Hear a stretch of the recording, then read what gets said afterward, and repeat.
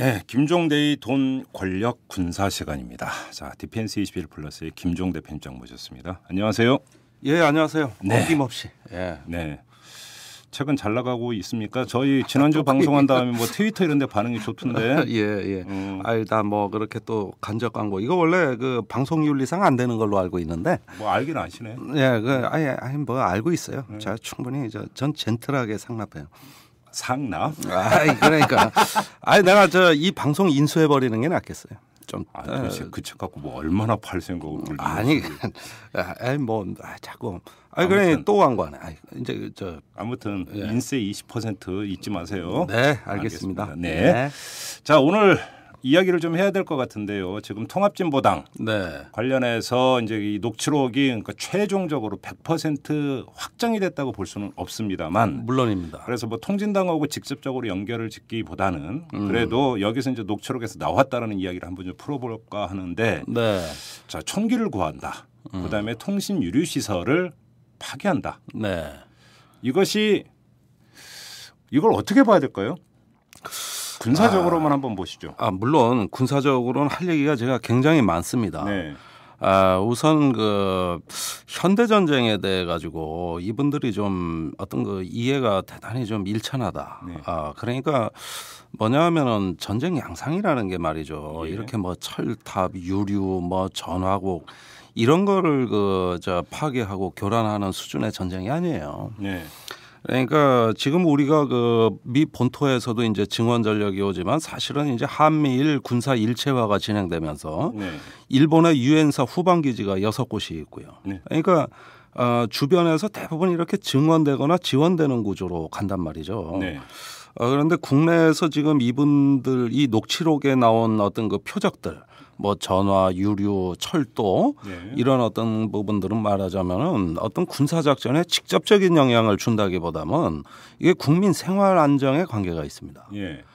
그렇다면은 결과적으로 의도하지 않게 국민을 적으로 하는 것이 돼요. 이거는 어떤 국가 비상사태에서 말이죠. 어떤 이런 국가의 핵심 기반이라고 얘기를 하는 거거든요. 우리가 총 6가지 분야를 봅니다. 여기서 얘기한 거 외에도 물류 분야도 있고 원자력 분야도 있고 방송 분야도 있고 이렇게 해서 6개 분야를 국가 핵심 기반이라고 보는데 이것은 전쟁의 양상을 아주 단기적이고 직접적으로 영향을 준다기보다는 어떤 국민의 어떤 생활 안정을 유지하는 사회 기관망 유지예요.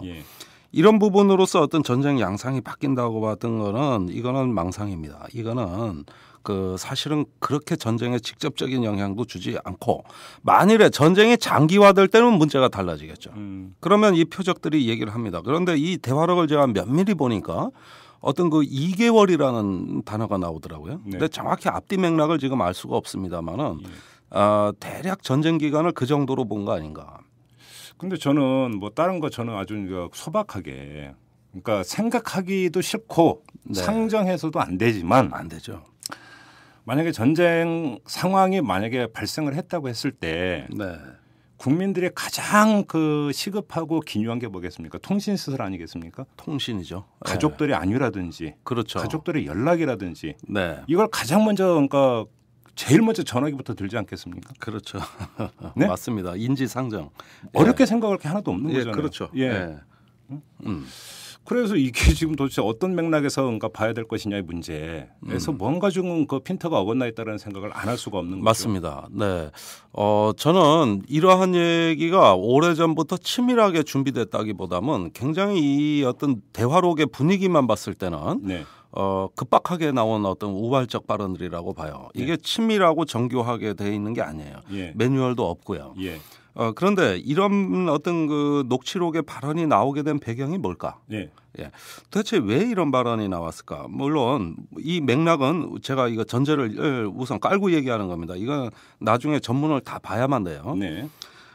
물론 일부만 발췌됐기 때문에 국정원이 그런 짓 잘하니까 우리가 그런 걸 감안해서 본다 하더라도 그렇다고 해서 이런 어떤 논의가 있었다는 데는 2가지 정서가 있었다고 봐요. 어떤 거요?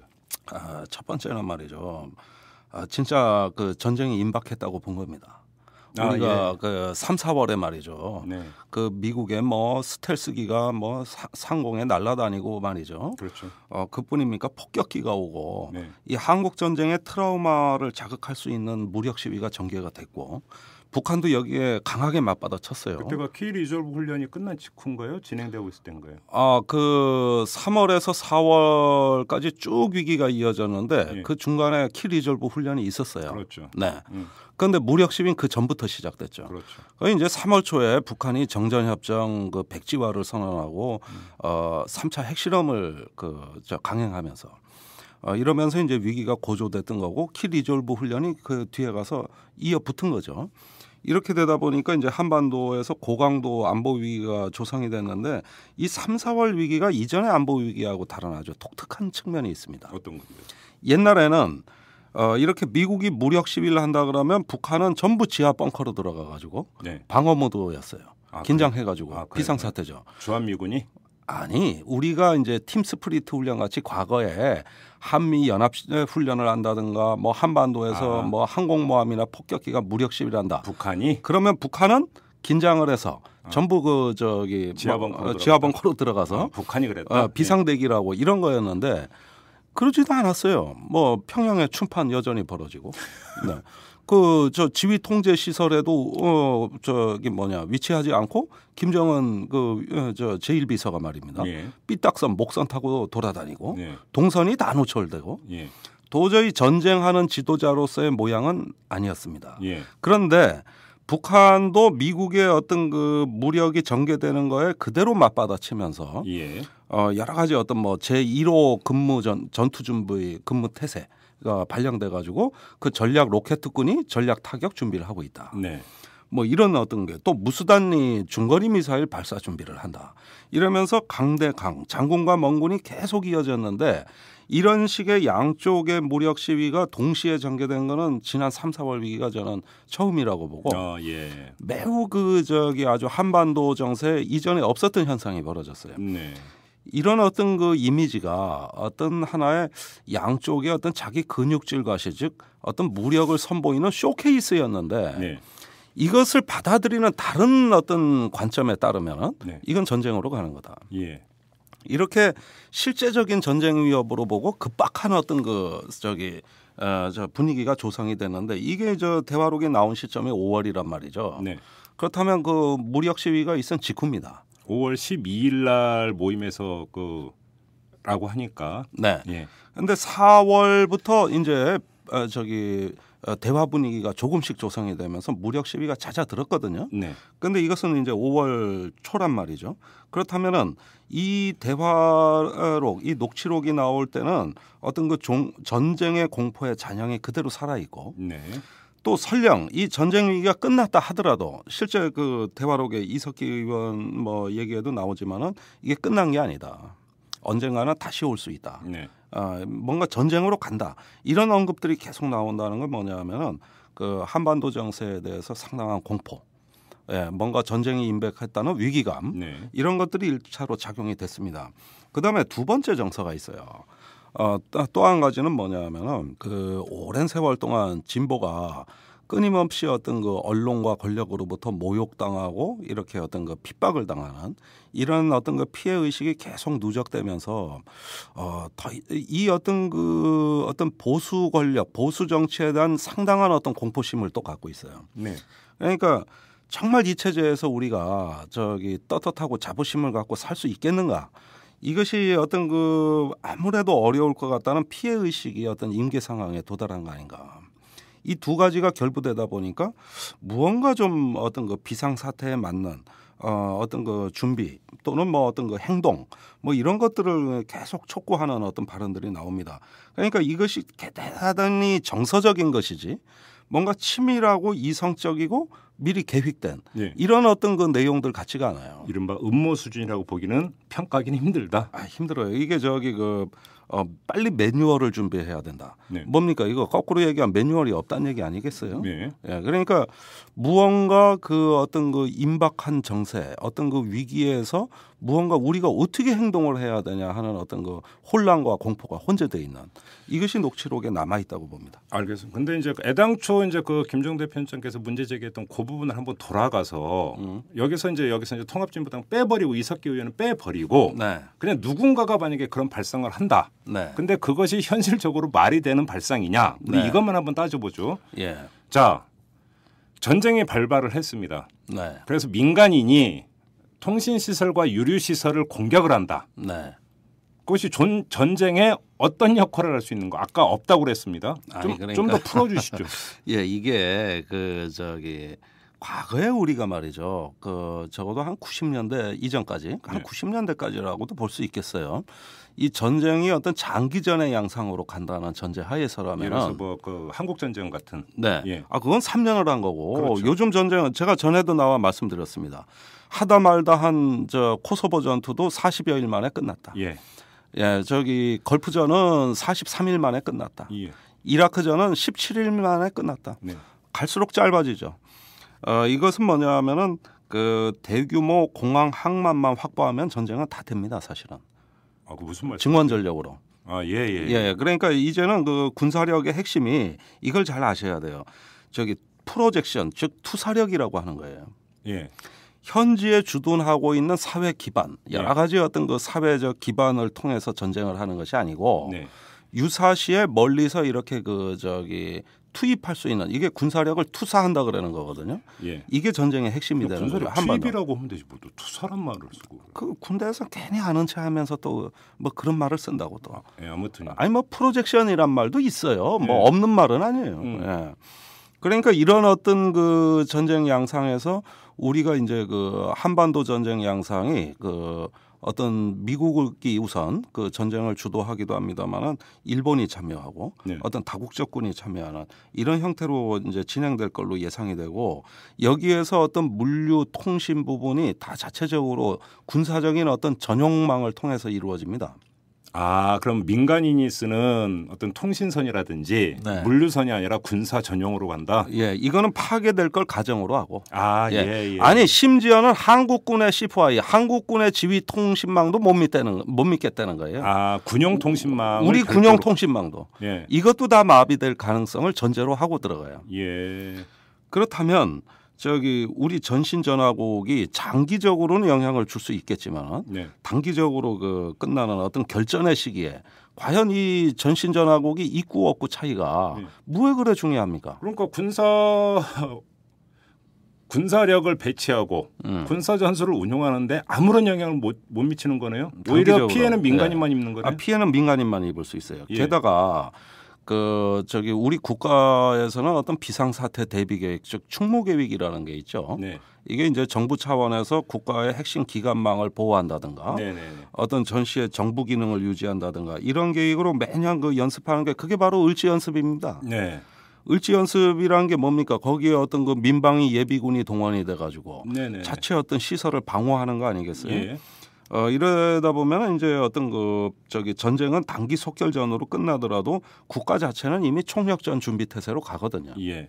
그런데 여기에서 보면은 진보당 내에서 극히 일각에 이제 나오는 어떤 발언이라고 저는 봅니다만은 이 발언들을 보면은 얼핏 보면 대단히 공세적인 것 같지만 또한 자기 방어적이에요. 뭐 유사시에 예비 검속을 피한다든가, 또 예비 검속을 하더라도 저항을 한다든가, 그러면서 어떤 총안 자료를 준비한다든가, 장난감 총이지만, 어떤 이런 부분들을 보면은 유사시에 어떤 전시 상황이 선포가 되면은 본인들이 무엇보다 먼저 피해를 입을 거라는 이런 어떤 피해 의식에서도 출발한다는 점에서는 이것이 사실은 군사 작전으로서의 어떤 행동으로 나가기에는 상당히 내용이 결여되어 있습니다. 오히려 자기 방어 차원입니까 그러면? 아니 그런 차원도 있더라는 거예요. 유류 시설 같은 경우는 어떻게 봐야 됩니까?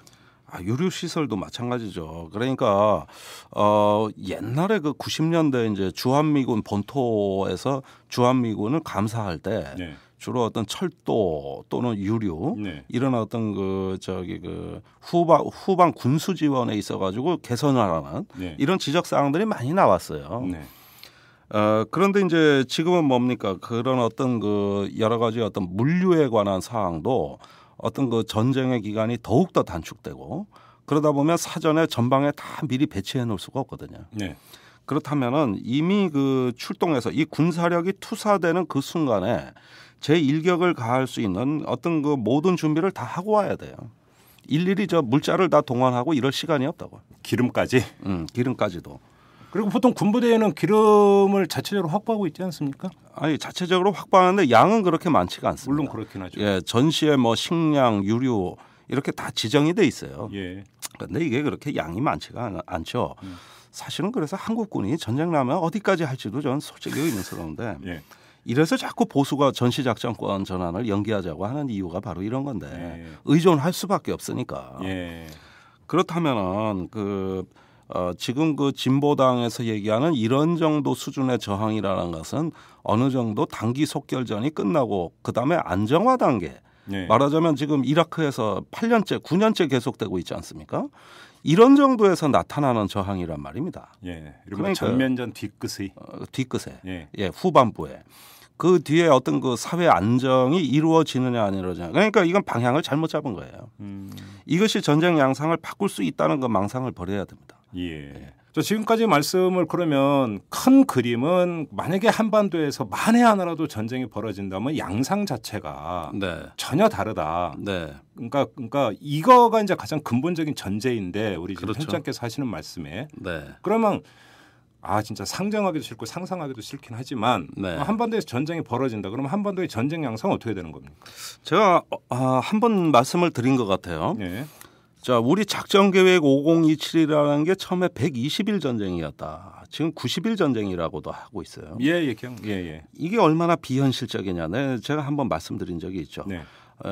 두 군데서 시뮬레이션을 했는데 피해액이 6,700조, 사망자가 500만 명. 예. 이런 전쟁 계획을 고수하고 있는 나라는 전 세계 지구상에 네. 이렇게 군사비 세계 6위권의 나라가 그런 전쟁 계획을 신봉하고 준비하고 이런 것들은 대단히 비합리적이고 희귀한 사례다. 현대 전쟁 양상은 바뀌었는데 이런 말씀을 드린 적이 있습니다. 그러니까 전쟁은 그렇게 오래 끌 일이 없습니다. 어쩌면은 결정적인 작전이 불과 3, 4일 만에도 다 수행이 될 수 있는 게 지금 현대전이고 그러면서 한반도 전쟁도 이제는 그런 어떤 장기간의 대량 살상의 어떤 양상으로 전개될 것으로 보여지지가 않습니다. 점점 빨라지죠.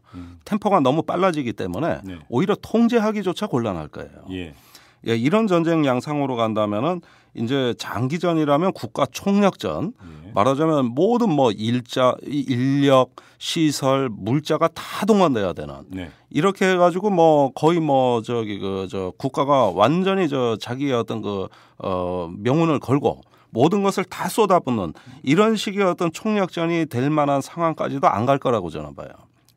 그러니까 문외한인 제가 상상을 해봐도 옛날처럼 재래전처럼 소총 갖고 따곡따곡 쏘는 이런 게 아니라 하늘에서 포탄과 미사일이 우박처럼 쏟아지는 나갈래야 나갈 수도 없는 그게 뭐냐 하면 이런 거라고. 그러니까 우리 군이 이제 고수하는 어떤 교리라고나 할까 이건 뭐냐 하면은 지상군이 주축이 돼가지고 종심 타격이라고 하는 겁니다.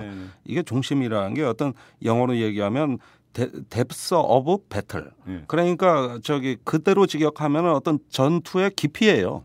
이건 무슨 소리냐 하면은 이거 조금 어려운 얘기인데 우리가 이제 전방에 군단들이 있잖아요. 군단이 있으면은 앞에 있는 표적뿐만 아니라 그 뒤에 거도 때려야 된다.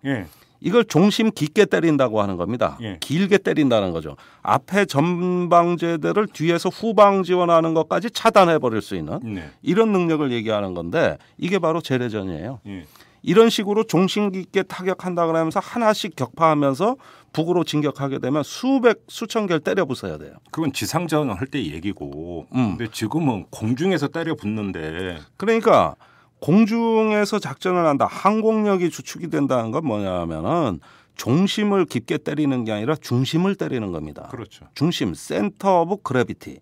그러니까 직역하면 중력의 핵심이에요. 중력의 그 중심. 그러니까 이건 뭐냐면은 이렇게 다 때려 부시면서 천천히 앞으로 통제선을 밀고 올라가는 이런 식의 전쟁 개념이 아니고 어떤 멀리 날아가서 한꺼번에 그 어떤 뭐 예를 들면은 뭐 북한의 핵미사일 기지라든가 뭐 전쟁 지휘 통제 센터라든가 여러 가지 그 어떤 핵심이 되는 게 있거든요. 이걸 때리는 건데 이게 바로 91년 걸프전에서 처음 나온 겁니다. 그러니까 전후방 구분이 없어지는 거니까 한마디로. 그런 거 없어요.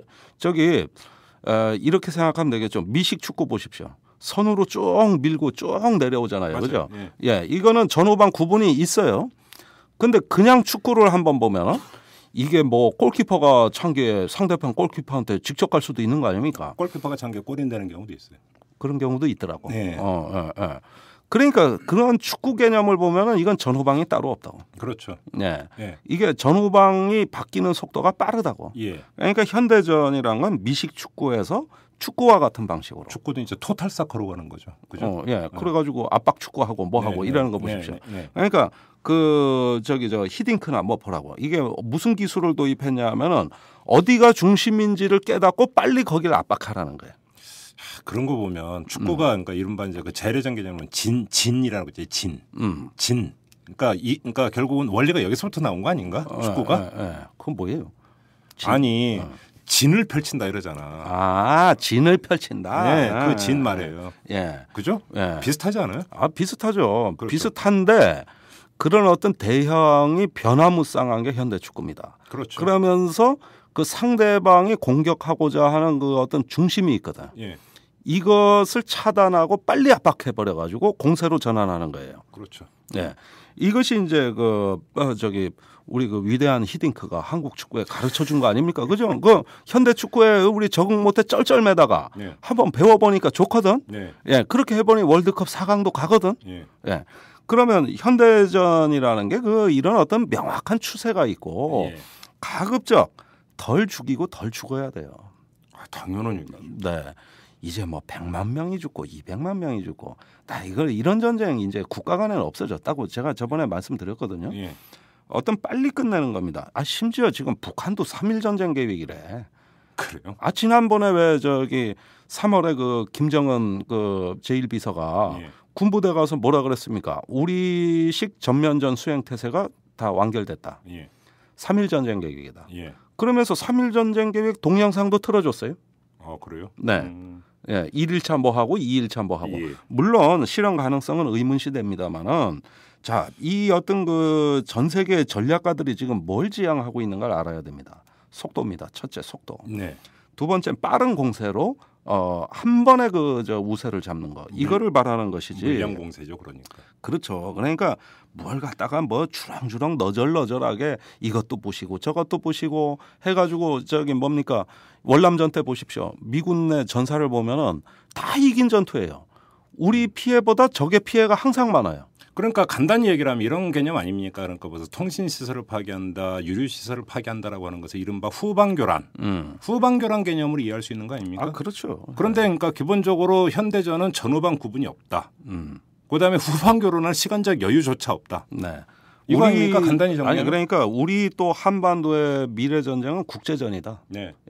우리가 남북한끼리 대칭적으로 서로 어떤 그 소모전, 대량 소모전 또는 물량전 이런 양상으로만 전쟁이 된다면은 이 얘기가 맞겠지만 그것이 아니라 이것은 국제전의 성격을 띠게 될 것이고 외부의 증원 전력 이렇게 투사된 전투력에 많이 의존하게 되기 때문에 어떤 이러한 식의 남북한의 어떤 대량 물량전이라는 것이 생각하기 어렵다. 그것은 전쟁이 끝난 뒤에 어떤 어떤 전쟁을 정리한다거나 안정화 단계에서 또는 어떤 결정적인 군사 목적을 달성한 다음 얘기가 되는 거예요. 그럼 제가 하나만 더 여쭤볼게요. 그러니까 뭐냐면 예를 들어서 장난감총이라고 표현을 해야 되나? 그걸 해서 개조를 해서 쓴다. 그다음에 인터넷 사이트에 폭탄 제조법이 있으니까 이거를 해서 폭탄을 제조할 수 있다. 이런 것이 다른 거 다 관두고 기술적으로 그것이 어떤 의미를 갖고 있는 겁니까?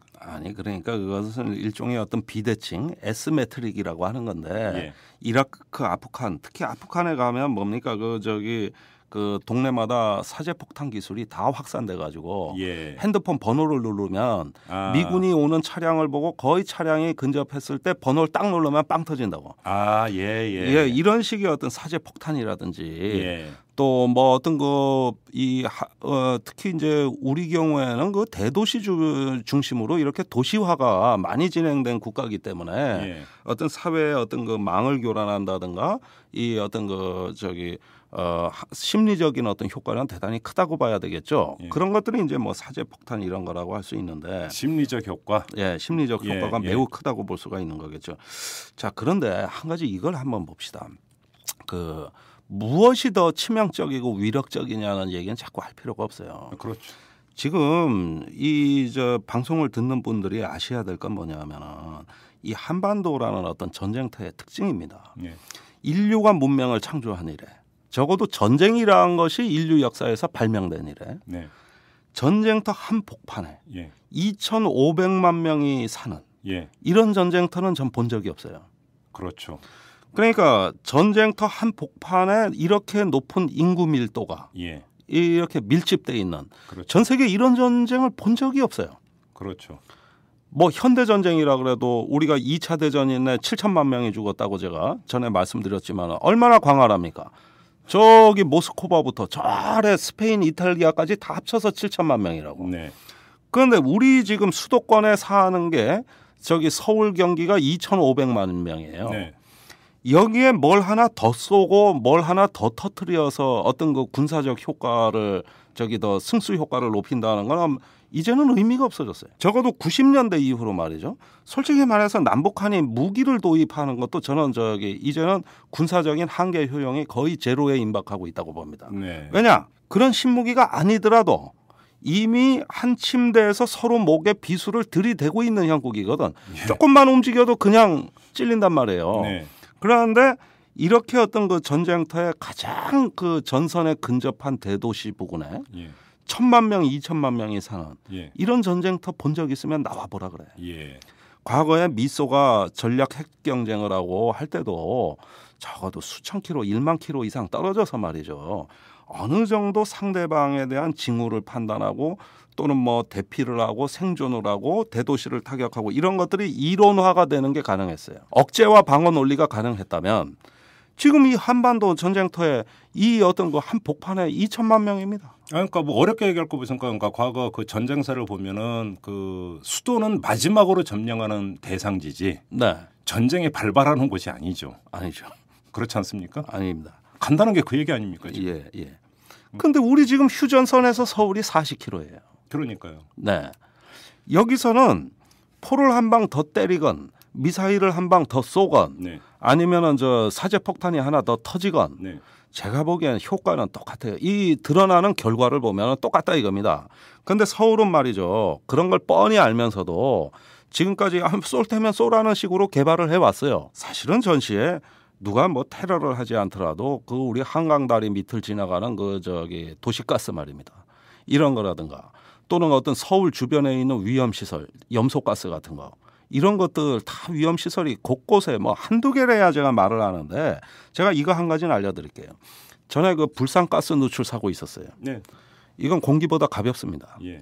이럴 때는 자꾸 산 아래로 아파트에서 밑으로 내려오면 삽니다. 그런데 염소가스 같은 경우는 어떠냐 하면 그 반대예요. 무거워요. 그러면 아파트에 사는 주민들이 주변에 뭐 공장이 파괴되고 위험 시설이 폭파됐다 그러면은 사람의 심리가 밑으로 내려오게 돼 있다고. 그렇죠.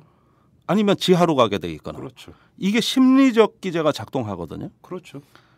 그 순간 지금 서울 주변에 있는 그 위험 가스들이 그 아래로 사람을 쫓아내려온단 말입니다.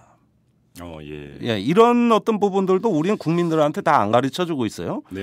그러니까 이거는 전쟁에 의해서만 발생하는 위험도 아니에요, 사실은. 그렇죠. 어디서 무슨 사고가 터질지도 모르는 거죠. 서울은 되게 위험한 도시입니다. 그런 점에서는 이건 한번 그 어떤 돌발 사태가 터지면은 걷잡을 수 없는 이제 공황 상태에 빠질 수 있는 도시입니다. 근데 하물며 전쟁이라 그러면은 이건 뭐냐면은 한 시간에 50만 발의 북한의 어떤 포탄이 쏟아지는 이것을 제대로 제압한다 할지라도 이것의 10분의 1만 떨어져도 또는 그 100분의 1만 떨어져도 여기는 공황 상태가 됩니다. 알겠습니다. 지금 뭘 하나를 더 파괴한다는 식의 이런 무모한 거는 이건 조금 문제가 있고 그런 점에서 이 진보당은 이런 걸 통해서 어떤 저도 진위를 확인해 봐야겠습니다만은 어떤 조금 너무 이렇게 변화된 양상, 과거의 어떤 걸 답습한다는 느낌이 좀 듭니다. 네. 아무튼 지금 김종대 편집장과는 뭐 다른 거 이런 거 저런 거 다 떠나서 그것이 군사 기술적으로 가능한 이야기냐 오로지 이 측면에서만 지금 이야기를 해봤는데 결론은 그겁니다. 택도 없는 소리다. 그죠? 그런 거 아닙니까? 택도 없는 소리다. 이렇게 이제 그 정리를 하면 될 것 같고요. 알겠습니다. 자, 오늘 여기서 마무리하도록 하겠습니다. 고맙습니다. 예, 고맙습니다. 분노와 절망의 시대, 우울증 치료제가 필요하세요? 정치 때문에 시민들이 웃는 그런 세상을 바라세요? 변화하는 서울과 서울 시민의 삶. 정치가 즐거울 수 있다는 희망의 증거를 만나보세요. 오연호가 묻고 박원순이 답하다. 정치의 즐거움 오마이북.